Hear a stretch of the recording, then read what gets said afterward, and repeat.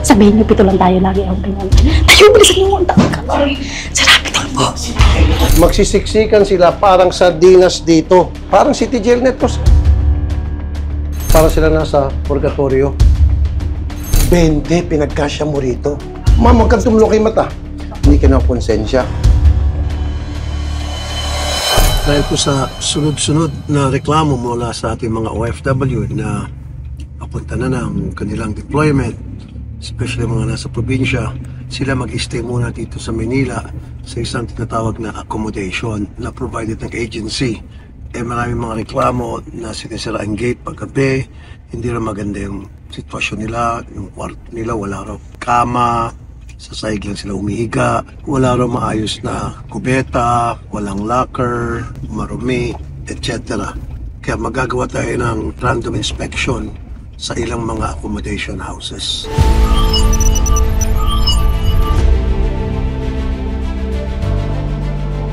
Hello, ma'am, pwede tayo mag-inspect? Tingnan natin. Ma'am, ito po ay para sa kapakanan nyo ito ha. Kasi nakakatanggap kami ng reklamo na hindi rin maayos yung accommodations. So gumagawa kami ng random inspection. Ito po sa gabi, dapat wala po itong kandado. Yes po. Dapat po hindi itong padlock. In case of emergency, pwede silang tumakas. Kasi siguro kaya kinakandado, akala nila tumakas. Ibig sabihin, pag tumakas yung OFW natin, ibig sabihin may problema. Ito ba yung CR? Yes po. Walang tao dyan? Wala po, sir. Paliguan. Yes po. Kung paliguan, saan yung shower? Dito lang po, sir. May Hindi pwede. O, see? O, tulad nito, tabo-tabo. Bakit tabo-tabo? Dapat may shower. Tapos, tingnan mo, wala man lang toilet seat. So, anong gusto mo mangyari? Naka-squat? Dapat yung may toilet seat, ma'am. Dapat yan, mayroong flush. O, tapos butas-butas yung bubong. Ano po ito? Tinitinda ko po to, sir. Tinitinda mo? Yes po. Binabayaran nila. Yes po. O see, dyan tayo eh. Kaya niya kinakandado yung pinto para one-stop shop na siya rito. Lahat ng kailangan bibilin sa kanya. Nagninegosyo pa siya. Walang karapatan na OFW lumabas para bilhin yung necessity. According po sa ating memorandum circular, kailangan Andiyan. po meron tayong pinaprovide na food. So, dapat po wala pong bayad din para sa ating mga OFW na nandito sa inyong facility. Ito pong pagkain na ito ay provided sa kanila or binibili po nila? Binibili po. Nakita mo na Hindi. na walang shower. Kasi po tabo ang ginagamit. Kaya nga, bawal yan. Tapos, walang flush. So, kailangan bubuhos. So, yung bahay mo ba may flush o buhos-buhos? Meron po flash. O, kung meron palang flush yung toilet ng bahay mo, bakit itong mga OFWs natin, mga kliyente mo, na pinagkakitaan ninyo, bakit walang flush? Kasi po nangyayari po, pag may flash po, napapabayaan po tuloy-tuloy yung tubig. Hindi. E di magkuha ka ng maintenance na i-repair. So kung anong meron ka sa bahay mo, yun din dapat ang meron sa mga kliyente mo. Yun ang dahilan kung bakit ka may magandang bahay, may magandang toilet, may magandang shower. Dahil sa kanila. Ano po ito dito, sir? CR din po, additional na CR po. Okay. Oh, kita mo, sir? Walang toilet seat, walang flush. Apo. For the convenience po of your clients, Sige po, dapat yung may flush. Sige po. Tapos butas pa yan. O pwede silang mabusuhan dito. May pinto ba ito? Apo. Kasi po babae lang po dito eh. Kahit na, sir, so walang pinto, o kita dito. Lagyan mo ng pinto. Kasi kung walang pinto, kita mo open o screen. O, Sige po. paano kung may mga may teleskopyo doon? Matiteleskopyo sila habang naliligo dito. Pagpipiestahan sila. Apo, sige. Payag ka ba, sir, na Apo. ito ba gagawin mo sa mga anak mong Apo. dalaga? Sorry po. Papaayos ko na po. Wala akong problema. Sa mga anak mong babae? Siyempre, di mo gagawin ito, Apo. sir, di ba? Apo. I-report po sa amin na meron silang accommodation, pero they are required to submit. So, 2022 pa po. Pinapa-comply po namin. 23, 24, 3 years na hindi pa sila compliant. Hindi pa sila kapag-submit. Ilan ang OFWs dito? Mga nasa 40 po. 40. Opo. Wow! Ilan ang bedrooms? Meron pong 3 sa taas po. Tapos meron po dito po sa baba.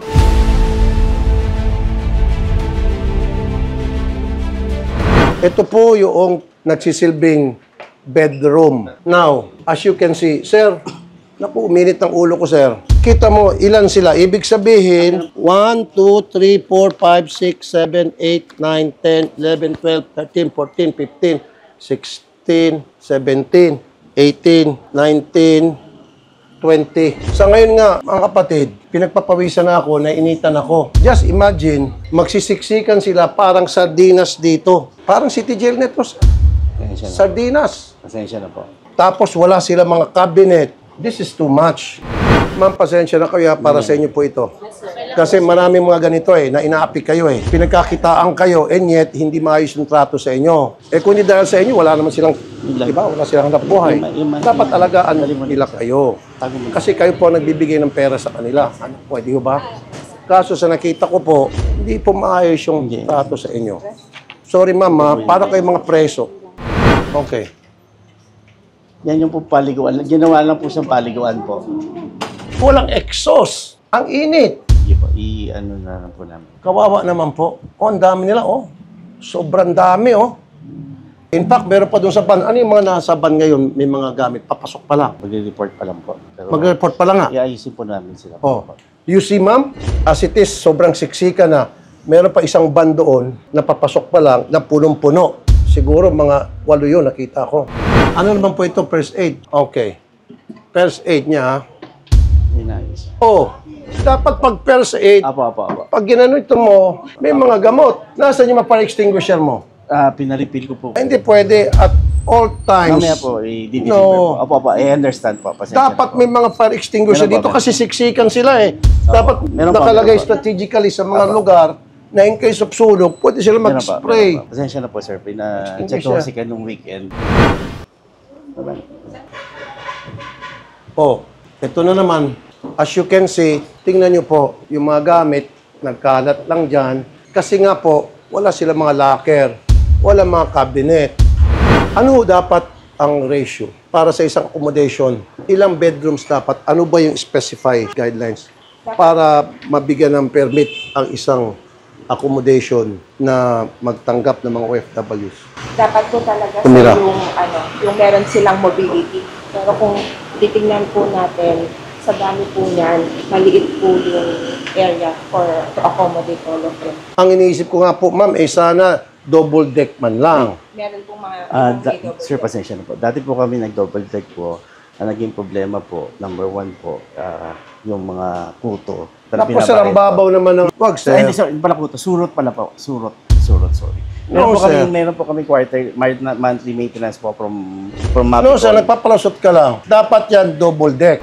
Just imagine, sir, 40 katao, siniksik mo sa bahay mong ito na napakaliit. Ngayon pa alam, pinapawisan na ako So much more, pag summer, sinira mo yung pinto, sinira mo yan, nagsisiksikan sila rito. Sir, sobrang Ayusin po sobrang namin. pang-aapit yung ginagawa mo sa mga kliyente mo. Ayusin po natin, sir. Yung passport ninyo, Sir. tama ba yun, ma'am? Nasa Opo, copy kasi ko na po, sa kanila? processing na po yung kanilang For kontrata. processing Yes, na ma'am. po Opo. sa kanila. Yes, ma'am. Tama lang po yun? So general rules, sir, dapat nasa OFWs. Sir, ayan na naman, violation yan. Kaya kinukumpis kayo mga passport kasi ang iniisip niya baka tumakas. Kung maayos ang trato mo sa mga tao, hindi ka tatakasan. Ibalik mo ang passport. Lahat kayo galing probinsya, ano? Opo. Sir. Okay. Ayoko naman ma-shutdown sila kasi paano naman sila.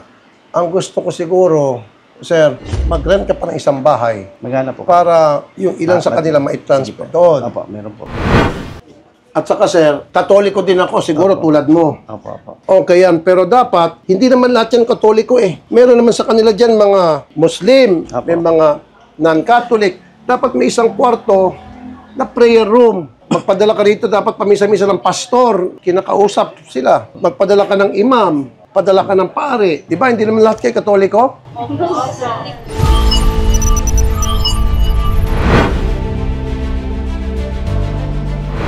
Imbis na kandado, dapat yung may slide. Sige po. Ikaw rin po mayari nito. Kami po nag-asawa po. Okay, mukhang okay dito ng konti, kahit papaano. Hello po, pasensya na po Para sa inyo rin po itong ginagawa ko. Para masiguro na maayos po yung kalagayan ninyo.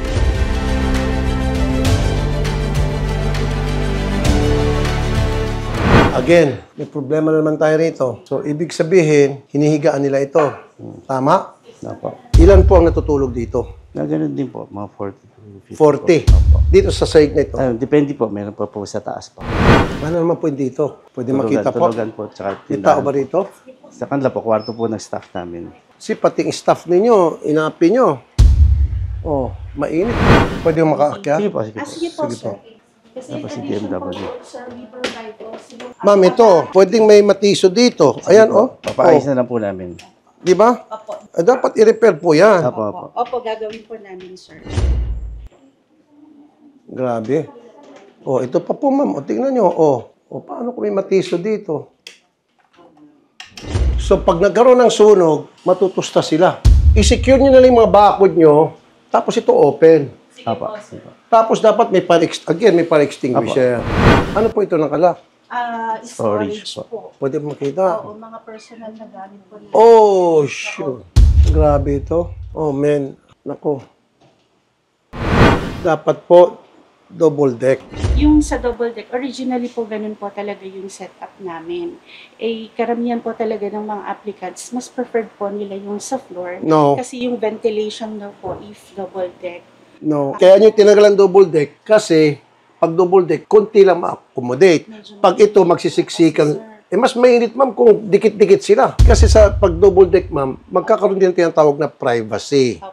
At least space niya ito, akin to, itong kamang ito, yung sa taas, akin to. Kapag hindi sila sa double deck, wala nang privacy.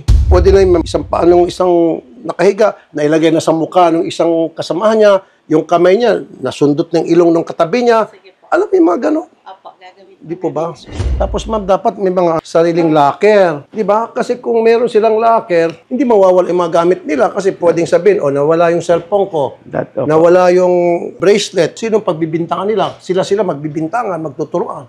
Whereas kung may sarili sila mga bawat isa sa kanila, merong locker. So kung halimbawa 30 locker, 30 lang ang pwede niya accommodate. Sige po. Gaano katagal yung isang tao rito? 1 to 2 months. Depende po sa kontrata. Kita mo? 1 to 2 months para sila nasa purgatorio. For the next 2 months, kaawa-awa yung kalagahan nila. Baka may maitulong din po kayo sa amin kasi po yung kontrata po ang tagal lang ilabas sa MWO. Kung mapapabilis po sana. Okay, sige. Mas mabilis. Bago ako tumulong sa inyo, Sa lahat po yun. ayusin nyo muna Opo, ito. Opo. Ba't kita tutulungan Hindi kung ba yung balasubas yung trato mo sa kanila? Yes, sir. Saan yung emergency kit? Tingnan ko, anong laman nito? Dapat malaki kasi ang dami nila eh. Sige po. Tapos napakaliit lang. O aircon, may aircon, hindi naman umaandar. Tapos tinan mo yung isang aircon doon, wala. O dekorasyon ng aircon.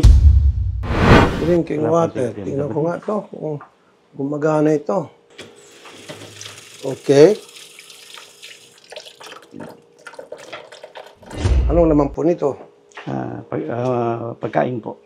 Okay. Isda. Good yan.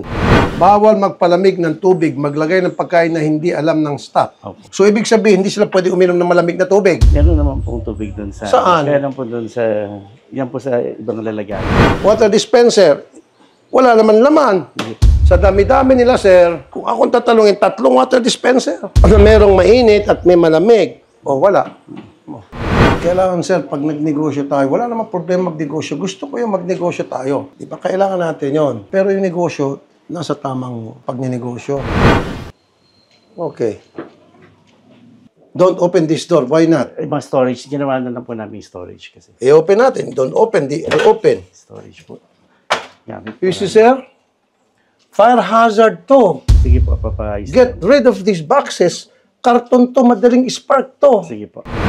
Ano man ito? Parang pwede pong kainan po. Tulugan to. Okay. Kainan po yan pagka meron silang kwento. Sestahan po nila. Kaya nga, Pinapakonvert po namin ito tingnan sa... niyo po ito. Kainan na, tulugan pa. Paano sila kakain dito? Hindi, meron pa po sa labas po. Dati ito po, kaya ito ganito setup nito eh. Paayos na lang po namin pa. Sleeping quarters, o tapos may building dyan, o pwede silang mabusuhan dito. At saka, pag sleeping quarters, sir, sibakin mo na itong bakal-bakal na ito. Apo. Para in case of emergency, makakalundag Sige yung po. mga tao, Sige po. makatakas. Yun na po yung pa-priority namin. Saka, wag mo nang gawing Apo. kainan at saka tulugan. Apo. Grabe naman, sir.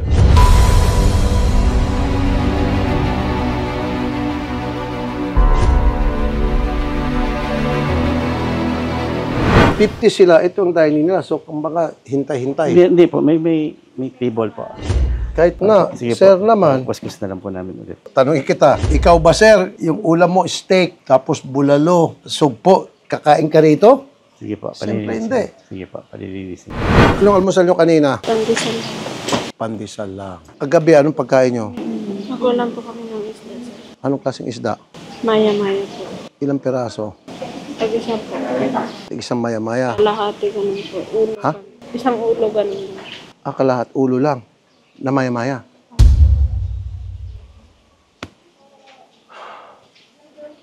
Ay, nako. Naawa ako sa kanya. Ilang peraso pandesal kanina? Huwag kang matakot. Oh! Kung sakaling mabitin sila doon sa pagkain nila, may cash allowance galing pa sa amin. Kailan ka pa rito, ma'am? January. 2 months ka na rito? Saan ang punta nyo? For flighting na ako bukas. Bukas magpa-flight ka na. Saan ka pupunta? Saudi po, Riyadh po. Ito lang pong abiling ko. I-correct nyo po. Yan ho, mismo DMW ang sabi may violation kayo. Ako po mismo nakita ko, meron dami yung violation. So, ma'am, take note and then gusto ko in a couple of weeks, maximum siguro 1 month. Maayos na yung mga double deck. Babalikan ko kayo, sir. Promise. po. In less than a month, babalikan ko kayo. Kung ganito sila, I think yung ibang agency ganito rin. Sige po, ma'am, ayusin natin ha, and sir. Apo.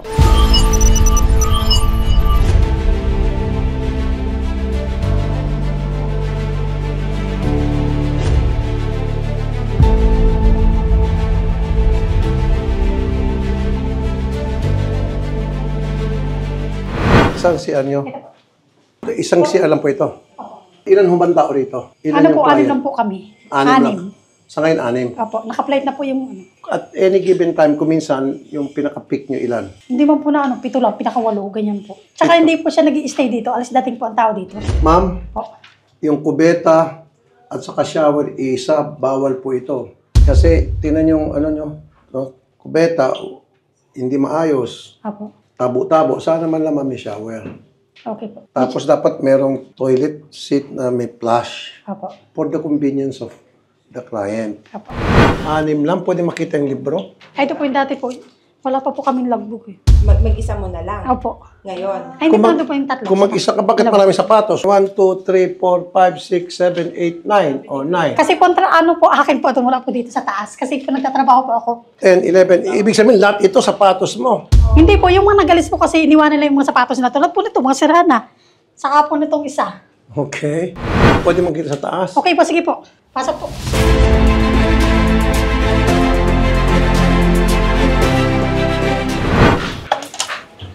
Sabihin niyo, 7 lang tayo lagi ako ganyan. Tayo, bilisan niyo ang tawag ka. Sarap, 7 po. Oh. Bakit ganito ito? Walang ventilation, walang man Meron lang- po, marami man po kami electric fan. Hindi, nasaan? Na yun po sa baba po. Ayan po, tagi-isa po. Kada kwarto po yan, tagi-isa kami. At least ito may double deck. Opo. Kahit papaano. Pero mainit pa rin, ma'am. Oh, ito marami, oh. Daming lista. Oh, dami ito. 14. Oh, 16. Dati pa po yan, sir. O nga, pero huwag niyo sabihin palaging 7 lang. Ano yan? Butas-butas yung bubong. Ano pag umulan? Delikado to eh. Pamaya, tamaan yung kamay nung Hindi man po. yung tunay na electric fan. Huwag ho kayong matakot at mahiya. Ito ay para sa inyo at sa mga sa susunod na papalit sa inyo. So, ilan ho kayo ngayon dito yung totoo? 7 po, sir. 7. Opo. Tig-isang kama kayo. Opo. Tapos yung isa po dito rin po. Sa sahig. Opo. Saan dito sa sahig? Dito po ito. May naghiga rito. Meron po, sir. Isa dito, dalawa. Tapos dito isa. Opo. Ganito. Gaano katagal na kayo rito? 2 weeks na po, sir. Ikaw? Parehas na rin po makikita. Saan galing kayo? Sa La Union po. Locos. Okay. Saan punta nyo? Saudi po, sir. Saudi. Riyadh. Opo. Okay. Delikado ito. Walang hawakan. Dapat may hawakan. Hagdan eh. Okay pa, paano ko po? Pwedeng madulas dito yung tao. Lalo kung nagmamadali, kung emergency, oh, ako nga eh, oh. Lagay kayo ng ano, yung hawakan. Okay po. Okay.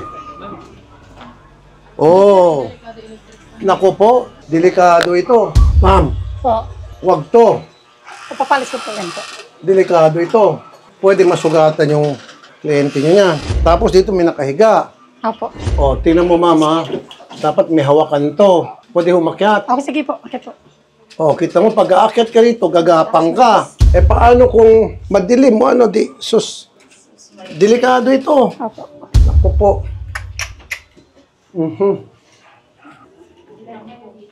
Oh. Ilan sila rito? 8 po, 8. Wow! Masikip. Mainit. Opo. 8 sila rito. Kasi ma'am po, alas dating ma'am po silang tao dito. Hindi, walang alis dating. Wala. Yung ibig sabihin, sa isang gabi, matutulog dito 8. Opo. Walang ventilation. Ma'am, wag to. Okay po, papapalitan. Wag to. Maglagay ka ng ceiling fan at hindi ka pwede maglagay ng 8 rito. Ang nireport nila sa ating opisina ay 1545, hindi po kasama itong another door. So, hindi to ni-report sa DMW bilang accommodation ng mga madideploy. Undeclared. Ito po kasi dati, bakante po to. Hindi, sabihin natin, bago lang, etc. Apa. Ma'am, hindi pwedeng 8 rito. Period. Okay po.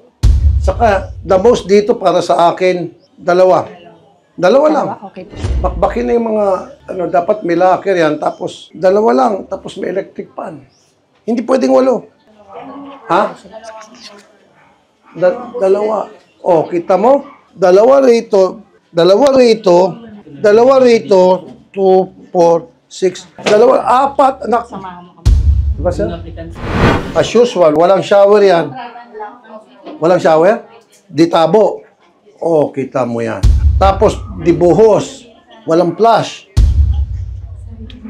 Sa rin buhos. O di nagpagod-pagod pa kayo. Kawawa naman kayo.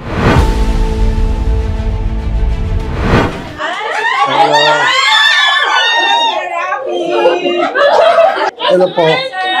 Ano pong ulam natin? So, ito yung ulam nyo, noodles. Hindi po ito malagi, sir. Ngayon lang po. Ngayon lang po. Wala kayong mesa? Wala po. Dito rin po kayo natutulog? Opo.